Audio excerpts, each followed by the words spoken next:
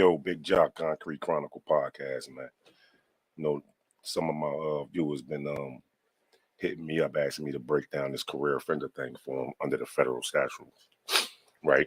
So let me tell you this: a career offender, you are a career offender in the feds if you was 18 years old when you committed the crime of offense, which most likely some of us were, and if you had two prior convictions, one being a crime of violence, one being a drug charge, or two crimes of violence and two drug charges, which are existing offense that you committed, and those prior convictions carried a year and 1 day, and you had to do a year and 1 day on them.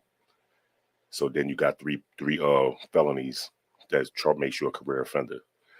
All right, the problem that we having with that right there is this: some of our states, 1 year, some of our charges they might say they carry a year. Say like I'm from Jersey where we get a three flat.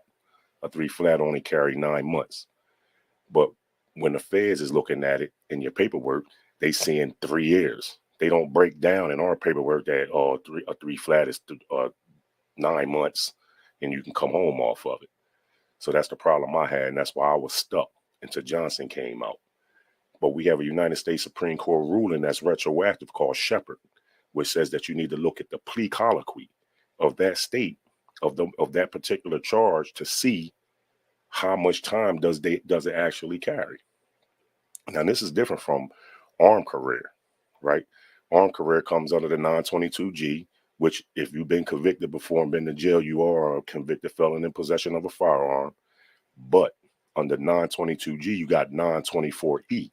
This is the armed career offender. This is how they career you with a gun. For the dudes who like to play with the hammer. You know what I mean? Armed career is like playing with that hammer most of the time, all the time. But career is basically set up for dudes that play in the street getting money. You know what I'm saying? So under that 924E though, right? This is the problem they had, and this is how Johnson came out in 2016. And I happened to invade the courtrooms, invade them, and get in there under the career because I had the same argument and been arguing it for 17 years straight, right? So check this out. Under that armed career, you used to need 3 felonies, serious. See, the terminology, we call it the language when you know law. The language is 3 felonies that carries 10 years or more. Then you had to do that on those crimes. So you needed 2 of those. You needed a crime but it was serious crime of violence and a serious drug charge. And then with your new predicate offense of the convicted felon in possession of the firearm under the 924, under the 922G, they would hit you with that. And that was a mandatory 15-year minimum. Now, they had the same problem that the career offender had. Say you had a 10 flat in your state, and on a 10 flat, it only carried 3 years. You didn't do 10 years, right? So this is the problem with these cases. But see, now, and I've been reading a little bit. I've been home 5 years, but I've been reading a little bit. I know a little law. I ain't saying I'm a Johnny Cochran and nothing like that, right? But I know a little bit of law. I got myself home. You know what I'm saying? I got a degree in criminal law, right? And I'm a certified paralegal. So it looks to me from reading now that they took out the 10-year part, and then they just saying serious crime. But this is where Johnson had came in. And I seem like I know since 2016, since Johnson hit, they no longer saying 10 years. See, they want to rope you off with this Mando 15, right? Now it's serious. So what defines serious if it's not the time period? You feel me? So that's just to break it down in like a layman term.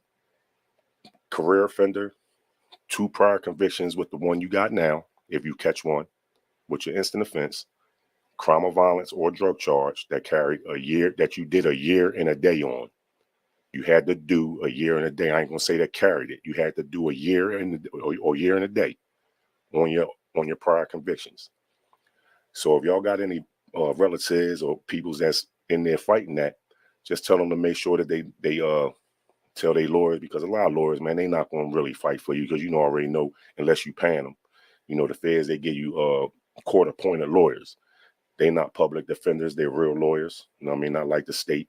So Just let them know that they don't really like to fight for you because their job, they just getting a voucher. Their job is to go ahead and get the best deal they can get for you, get you out the way. But you just let them know like that you had to do a year and a day on. Tell them stick to their guns, right? And to tell them to look up Shepard. Shepard gonna break everything down for them, right? Then you can tell them to look up my case, United States versus Green, right? 2016, I beat the feds, I came home, but they shut under the career offender, but they shut my case down. You know what I'm saying? Because they knew it was going to open up a floodgate for a lot of guys like me.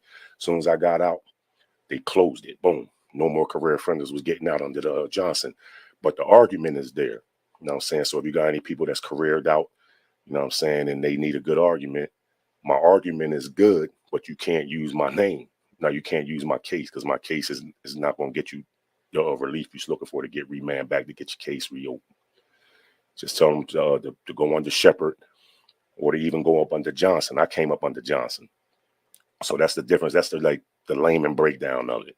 You know what I mean? Where if you don't understand the law, basically let them know, listen, if you had a prior conviction that carried a year and it could be more than a year, but you had to do a year and a day. You had to do a year and a day on it. If they didn't do that, tell them they're not qualified to be a career offender. As for the armed career, see, the terminology done changed a little bit. It used to be serious drug or serious crime of violence that you did 10 years on. But now they just saying serious crime of violence, serious drug charge. Like I said, I've been home 5 years. I wasn't armed career, but I came out under that argument because like Johnson, the charges he didn't do 10 years.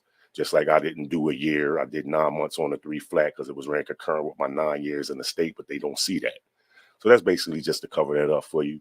I just wanted to give y'all that because I had got a lot of feedback on it when I posted it on my IG page. So I give up this news. I break down federal law. I'm going to be beginning to break it down more on inside the lab right here. But y'all can follow me on Concrete Chronicles Podcast, Concrete_Chronicles Podcast on IG, and Concrete Chronicle Podcast on YouTube. Want to get your law right, want to get your life right. I'm here. You got any questions? Drop in my inbox. I'm going to answer it. I don't ignore nobody. Have a good day. That way.